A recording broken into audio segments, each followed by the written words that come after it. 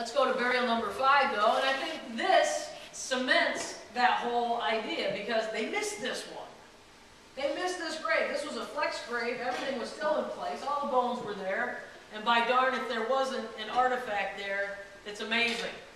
And probably they found a lot of amazing artifacts, and we'll never see them again. This is the artifact I'm talking about, is this effigy pipe with 2 faces.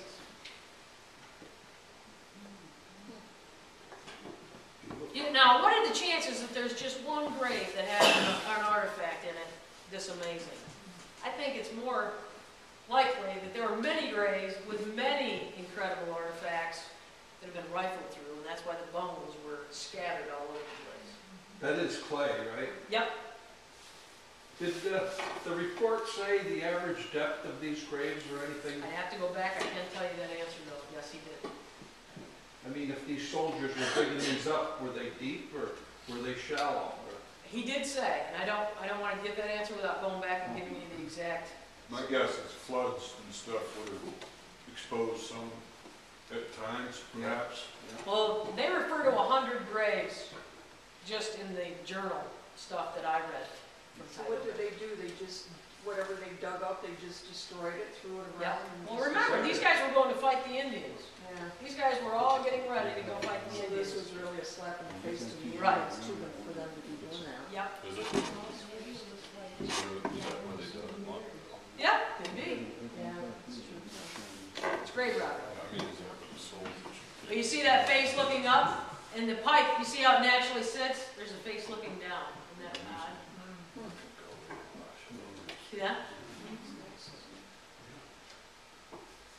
The interesting thing was that Griffin did make one good point, and that was this right here. If a comparison be made of the artifacts found in the Murray Garden, those of you who gave the Murray Garden presentation know what I'm talking about. If they would have compared the artifacts from the Murray Garden with those found at the Murray Farm, certainly, and you see these pots that had 2 faces on each side as well, certainly it would indicate that the two sites are the same culture. It make you wonder.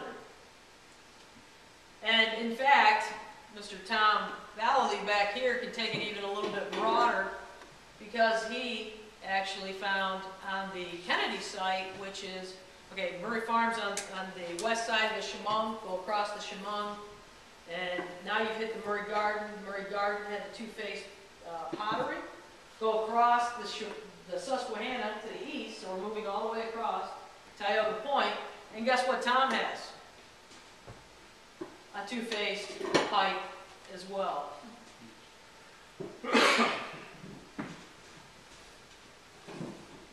So that's covering quite a range. And guess what? There was a longhouse found where this was found.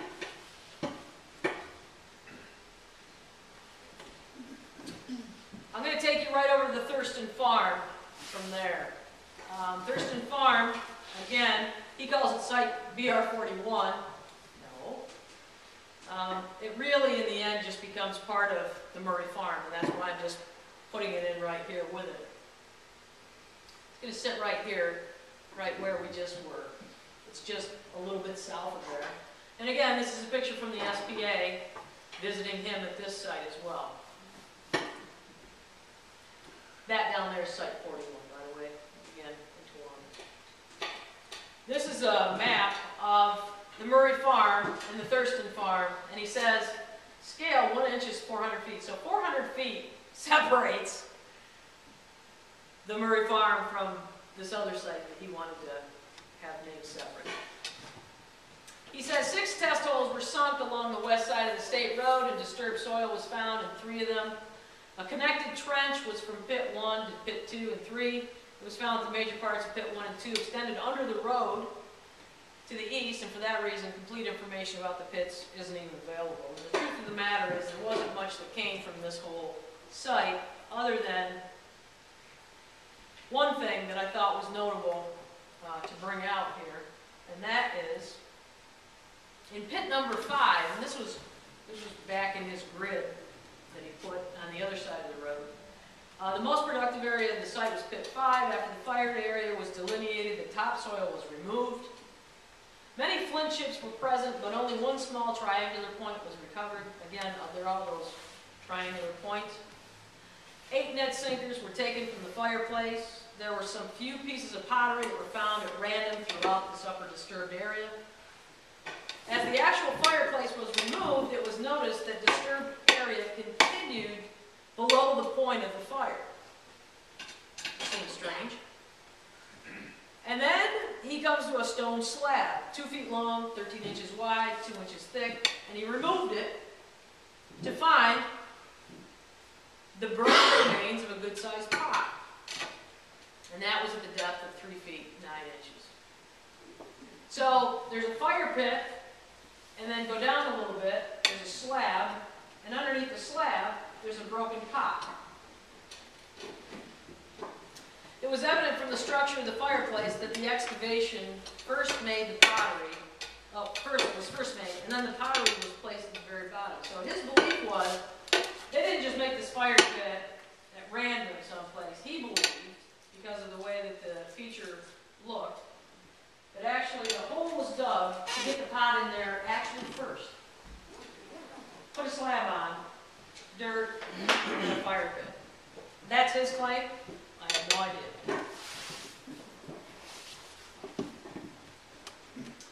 Another thing that was found there, the surface soil was removed in a small area, and this isn't in that fire pit, this is farther off in the grid. To the southwest corner of the staked area, artifacts included 2 arrow points, triangular, 2 net sinkers, flint chips, potsherds, and 1 small glass trade bead, later identified by the Hay Foundation as Russian. Interestingly enough, Ted Keir gave me this picture a long time ago, and it just ding, came back to mind. These are actually blue Russian trade beads right here, and they were found at Tioga Point and were part of the Vanderpool collection. And these were actually part of a Susquehanna burial, because that's air wrapped in the copper coil. So I just thought it was interesting. Well, that was like a preservative in that human hair that you see. That's one of my slides from Yep. Jake Vanderpool. So Griffin's conclusion on the Thurston form was the pottery and general character of the campsite indicates that BR41, actually BR5, was the temporary home of an Algonquin group, which I would tentatively date as later than BR5 Murray Farm and earlier than BR5.